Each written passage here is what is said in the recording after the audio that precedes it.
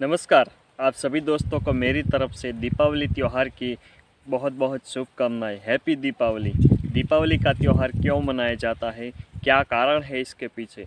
तो दोस्तों, हमारे यहाँ दो कारण है, दो मान्यता है जिसकी वजह से हम लोग दीपावली का त्यौहार मनाते हैं। तो क्या है वो दो कारण? पहला कारण, जब देवताओं ने और दानवों ने मिलकर समुद्र मंथन किया था तो उनमें से 14 रत्न निकले थे, जिनमें से एक माता लक्ष्मी थी। माता लक्ष्मी वैकुंठ गई और वो भगवान नारायण के गले में वरमाला पहनाती है।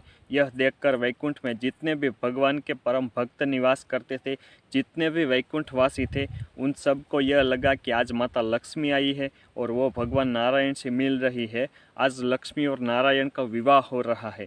तो सभी वैकुंठवासी ने अपने अपने घर में दीप जलाए और उत्सव मनाया। तब से लेकर के हमारे यहाँ दीपावली का त्यौहार मनाया जाता है और ये उत्सव सबसे पहली बार वैकुंठ में मनाया जाता है, इसीलिए इसको वैकुंठ उत्सव भी कहा जाता है। दक्षिण भारत में लक्ष्मी और नारायण की पूजा होती है, तो उत्तर भारत में लक्ष्मी नारायण की नहीं बल्कि लक्ष्मी जी और गणेश की पूजा होती है, क्योंकि लक्ष्मी जी है वो धन की अधिष्ठात्री देवी है और श्री गणेश है वो बुद्धि के देवता है। यानी कि जिसके पास बुद्धि होगी उन्हीं के पास लक्ष्मी जी होंगी। इसलिए जीवन में हमेशा बुद्धिमान बने।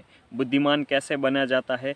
जब हम अपने विचारों को शुद्ध और पवित्र रखते हैं, तभी हम सही और गलत में भेद कर सकते हैं। इसलिए हमेशा अपने विचारों को शुद्ध रखें, पवित्र रखें। दीपावली का त्यौहार क्यों मनाया जाता है, उसके पीछे का दूसरा कारण, आप रामचरितमानस को ध्यान से पढ़ेंगे तो आपको समझ में आएगा कि भगवान राम अपने 14 साल का वनवास पूरा करके, रावण का वध करके, माता सीता और लक्ष्मण जी के साथ अयोध्या में वापस आते हैं।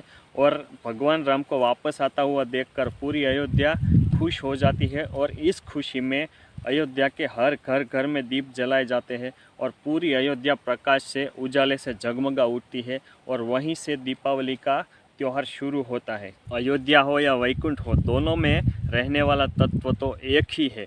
दीपावली का त्यौहार मंगलमय बने और हमारा जीवन भी दीपावली की तरह जगमगा उठे, उजाले से भर जाए, उसके लिए हमें अपने जीवन के अंदर सीताराम और लक्ष्मण जी की स्थापना करनी होगी। इस प्रकार भगवान राम ने रावण का वध किया और वो माता सीता और लक्ष्मण जी के साथ अयोध्या में आए। उसी प्रकार हमारे अंदर के रावण का, यानी कि काम, क्रोध, लोभ, मद, मोह, अहंकार आदि हमारे अंदर के दुर्गुणों का नाश हो और भगवान राम, लक्ष्मण और सीता जी यानी कि सत्य, भक्ति और समर्पण की हमारे जीवन के अंदर स्थापना हो।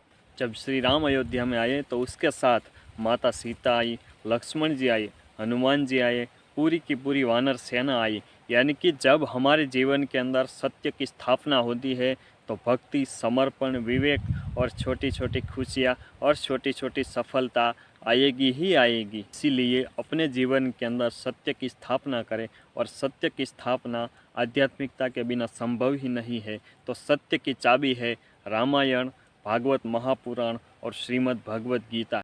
इसीलिए इस दीपावली के त्यौहार पर अपने जीवन को एक आध्यात्मिक मोड़ दे।